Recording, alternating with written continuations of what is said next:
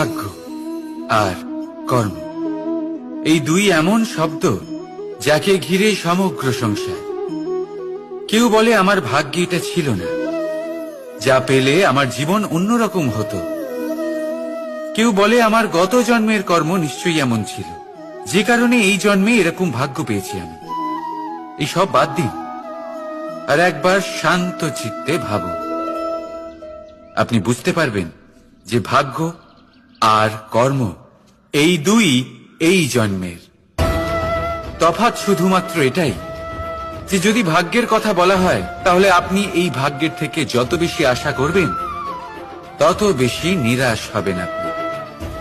কারণ এই আশা আপনাকে কর্ম করা থেকে আটকায়। যদি কথা বলা হয় কর্মের, তাহলে নিজের কর্মের প্রতি যত বিশ্বাস রাখবেন তত বেশি সফলতা আপনার কাছে আসবে। তাই একটা কথা মনে রাখবেন, ভাগ্য আপনার কর্ম নির্ধারণ করে না, কিন্তু আপনার কর্ম আপনার ভাগ্যকে অবশ্যই নির্ধারণ করে। রাধা